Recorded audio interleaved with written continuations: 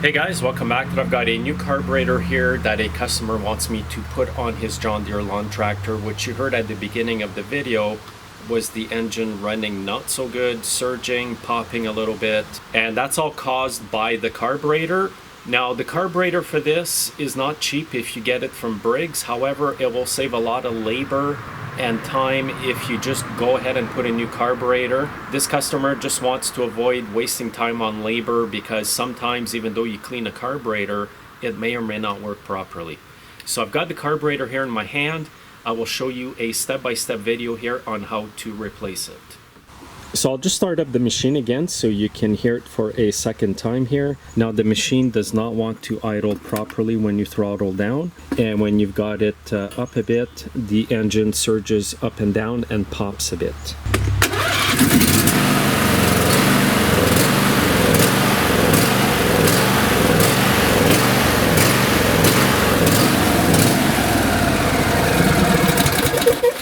And this machine will not idle at all.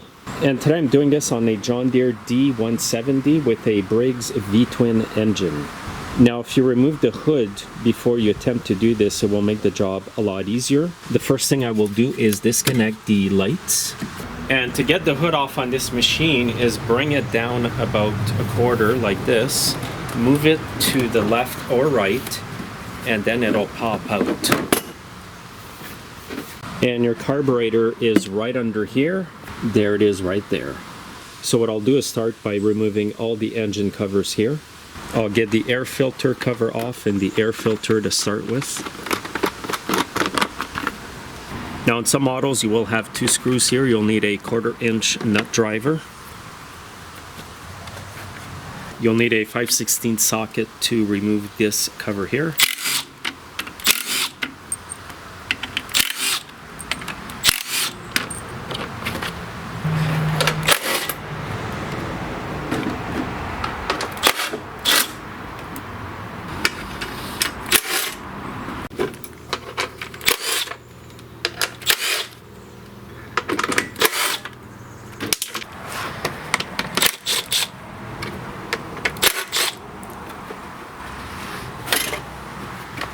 Okay, now you want to disconnect the fuel line.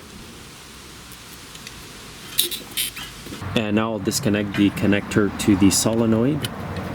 And now there's 4 bolts to remove, 2 here and 2 on this side, and you'll get the carburetor off with the manifold all at once.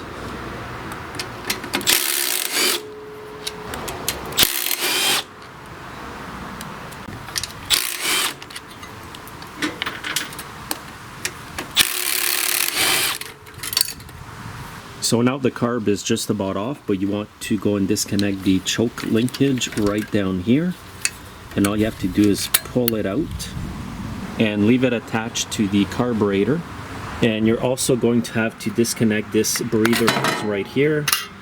And now your carb is ready to come off, except for the throttle linkage right here. And now just move it this way and it's going to come off. And now I've got the entire carburetor off with the manifolds on. What you want to do here is just keep the linkages in the carburetor, just so that you put them back in the right spot on the new one. Now you'll need a 7/16 socket to get all the 4 nuts off of here.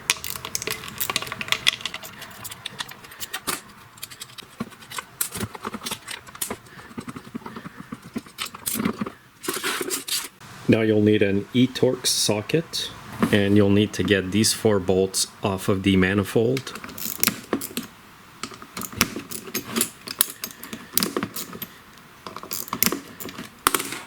Now the gasket may restrict the bolts from coming out, but don't worry about it. There's new gaskets that come with the carburetor.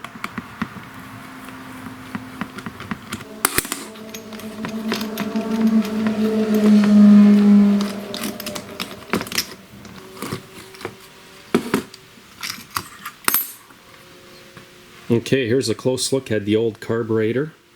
Now when you put the gaskets from the new kit on the new carburetor, you want to make sure you get the gaskets in the same order, as well as the metal one here. I'll show you that in a few minutes here. And the linkages, you want to make sure you connect them exactly as they are on the new one. Now here's the carburetor I'm putting on. It is an original Briggs carburetor. And believe it or not, guys, this carburetor is actually made in the US. I like it when I see that. And the part number for this carburetor is 796997. And you'll also get a set of gasket here with the carburetor. Okay, so I'm going to put in the choke linkage. It goes in this hole right here. And now grab your throttle linkage. You want this end here to be attached on the carburetor. And you have to run it in behind just like that. And there we go. That's the throttle linkage.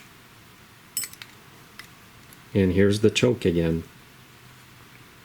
Now I'll get the bag of gaskets opened up here. And I'll put the old carburetor right here beside the new one. And I'll make sure I'm matching up the gaskets exactly like they are on the old one. This is super important to have because if you don't put this piece on, the machine may surge. Ask me how I know. I've done it.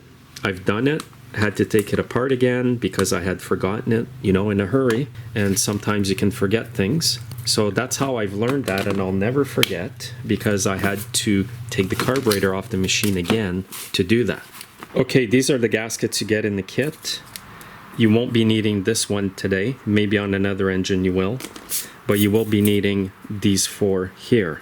So now what you want to do is put one of those right here. Put the metal one right there. And then another cardboard one here. And I'll just insert the 4 screws.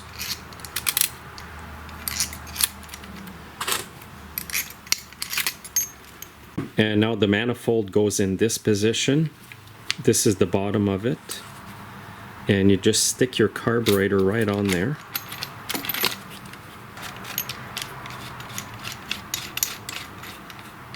And just snug up the bolts for now.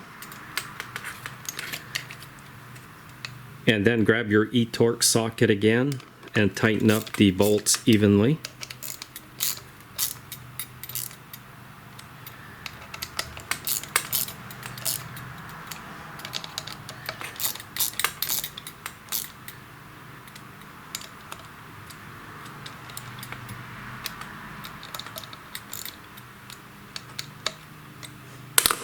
And then you want this gasket right here. And then you can put the back part back on.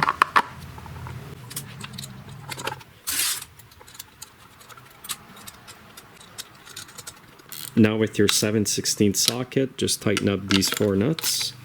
Again, try to do it in a diagonal pattern, just so that it's evenly tightened down.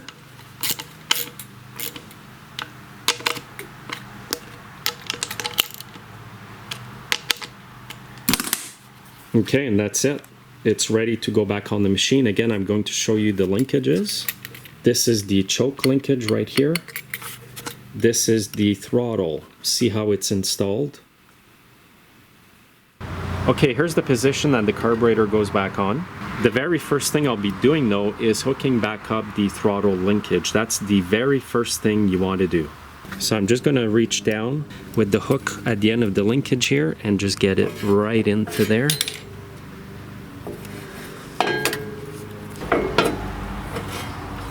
Okay, now just line up the manifold on the engine here, get a few bolts started.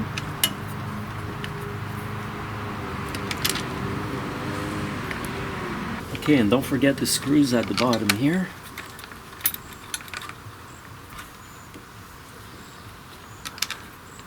So I'll start them with the impact, but I will do the final tightening by hand.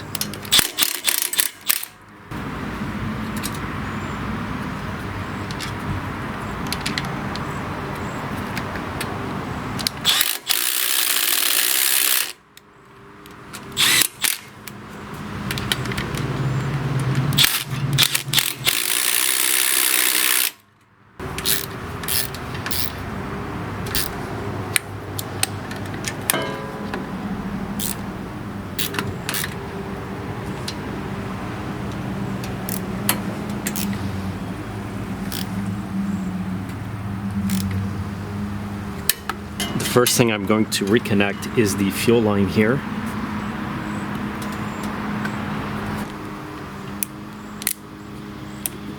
Okay, the next thing I'm going to reconnect is the choke linkage. You just have to line it up to this thing here and clip it in. And that's all there is to it. If you want to make sure it works, just put your throttle right up to the top. And you want it to move like that. Now the solenoid's slightly different on this carburetor, but it doesn't matter. You can move it to line up your plug wherever you want it to go, and then just hook up the plug here right into the solenoid.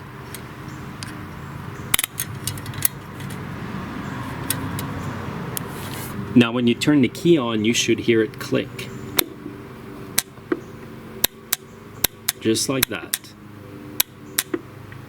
And don't forget to hook up the crankcase vent tube to the back part of the air breather assembly. So all you have to do here is get that grommet inside the hole. Make sure it's in there correctly.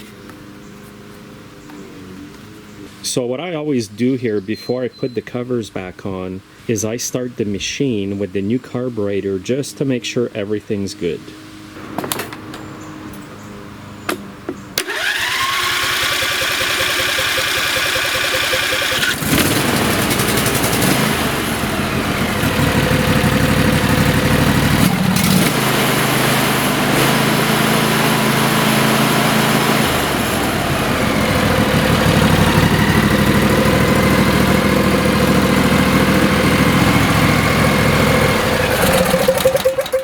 And all is good, the machine's idling properly and it's responding properly and not surging when I throttle up.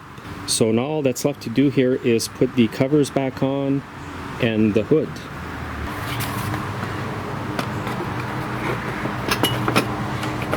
Now one thing I want to show you here, when you put this cover back on, you want to make sure you get these grooves here in the tabs on this part, right in there. It's easy to miss that, and then you'll wonder why the cover's not aligning properly.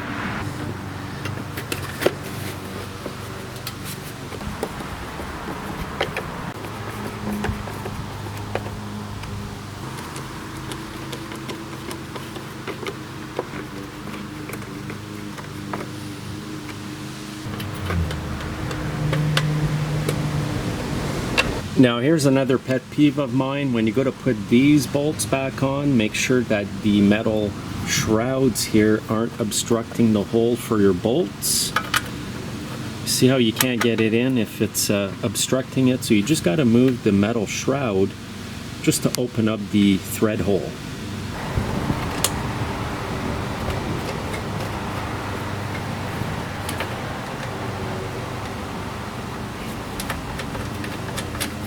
And one goes right here as well.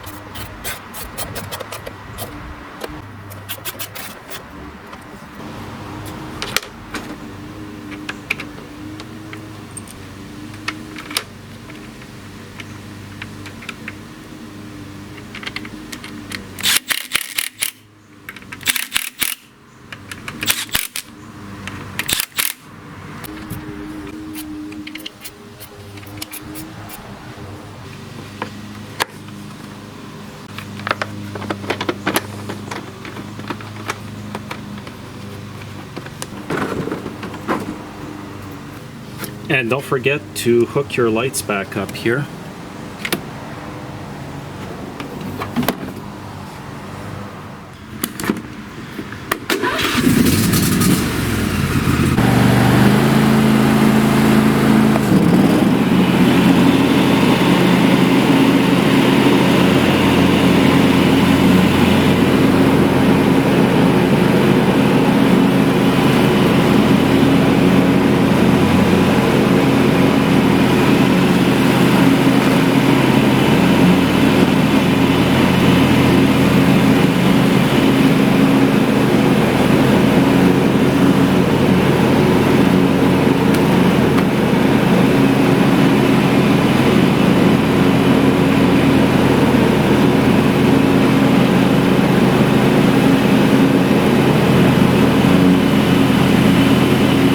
Okay, so this machine runs awesome now, and what I've done for the customer is added a fuel shutoff valve right here. And the reason I did that is so that the customer can turn the valve off when not using the machine for an extended period of time, especially when you put it away for the winter. And what that will do is burn the gas from the fuel valve to the carburetor. It will actually empty out the carburetor of any fuel left in it to give you a better chance when you go to start it up after it's been stored that it will not be all gummed up.